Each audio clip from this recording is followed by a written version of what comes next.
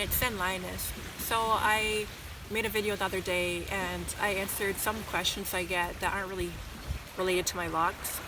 And I did mention that I am a licensed hairstylist, and I told you guys that if you wanted to find out more about why I don't do hair for a living, I would make a video explaining why. I hesitated to make this video because I'm the type of person that has a lot of resentment, and I get bitter and I hold the resentment for a long time. So if I were to make a video right after this happened, it would be purely for negative reasons, and I needed time to distance myself before I made any type of video like this so I can talk about it objectively and not sound bitter and resentful. So to make a long story short, I finished hair school in about 2014. I worked at one salon that was a mixed salon for almost a year. I got my almost 1,000 hours working there. I then followed my quote-unquote dream and got a job at a curly hair salon, a natural hair salon, and that went really well.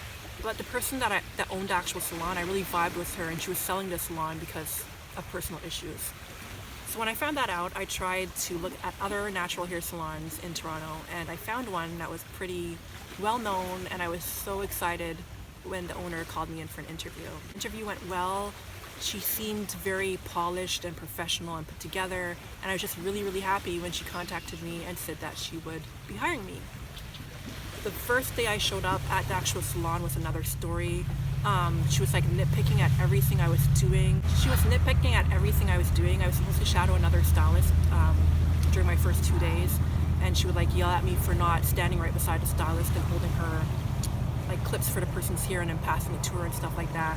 So that went on for a while. Like, she had another personal assistant, and with me especially, she was just very nitpicky and rude. I remember I was on medication at the time, and I don't really remember why. I think it was because my uncle had just passed away, and I just found out that my dad had stage 4 cancer, the same cancer my uncle had. So I didn't know how to cope with that, and a nurse recommended that I try some antidepressants for the time being, but I think it affected me because I came off as more detached, and she picked up on that, and she said something really rude about it, so I stopped taking them.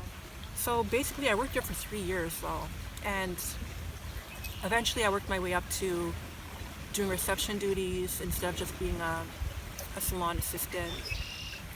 She paid for my curly training course with Diva Sean, and I got my curly cutting certificate from there.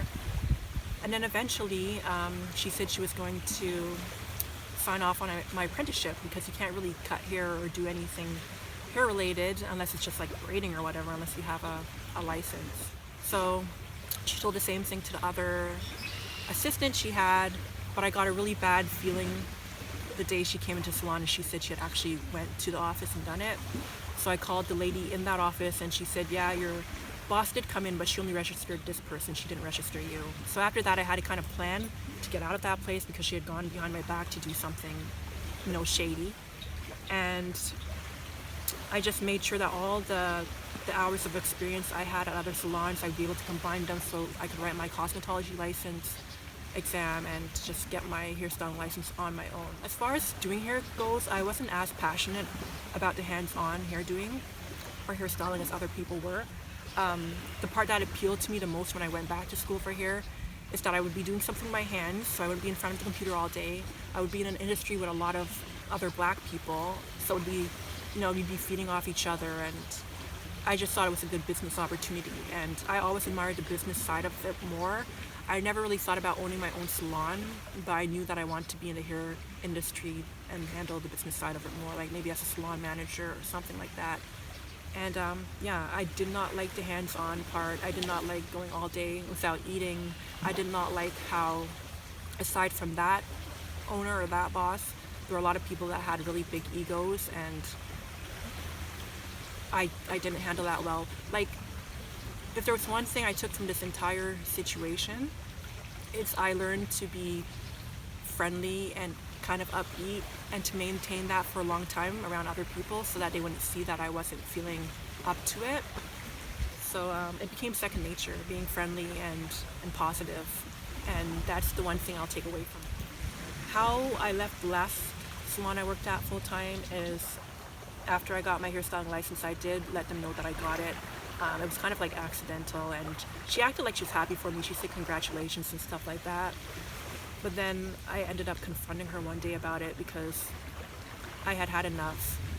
She would book my appointments so that the salon would close at like 8 o'clock on a Friday. By the way, she would book my thing to be open to like 7:15. There's no way I could be out of there by 8 o'clock. So I'd be the last person working, closing up. I was the only person there that really didn't have a key at one time, the only person there that didn't have a business card. Like, she went out of her way to make it known that she didn't like me. I was the only person responsible for like cleaning the washrooms at one point, and I just felt like really, really low about myself. So that's why I wanted to leave. And I just confronted her. I didn't mean to. I wanted to hand in my resignation letter, just hand it in to the actual salon, put it in her office, but she was there at the time, and I had to explain to her why I was leaving, and I felt like I was accusing her, and she was denying all the stuff I was accusing her of. But that was a good experience as well because it forced me to be assertive. So afterwards, I tried working on my own as a hairstylist, but the hands-on part really, really turned me off. I didn't like it, especially because I wasn't doing hair full-time in a salon.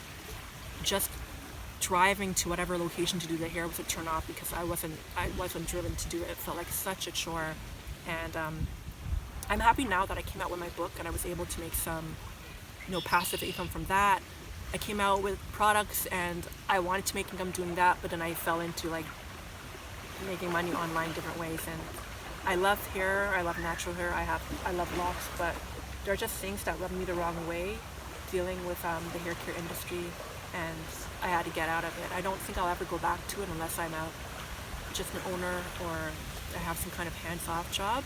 But that's basically what happened. Any other questions, let me know, and I will catch you guys later. Thanks for listening. Ciao.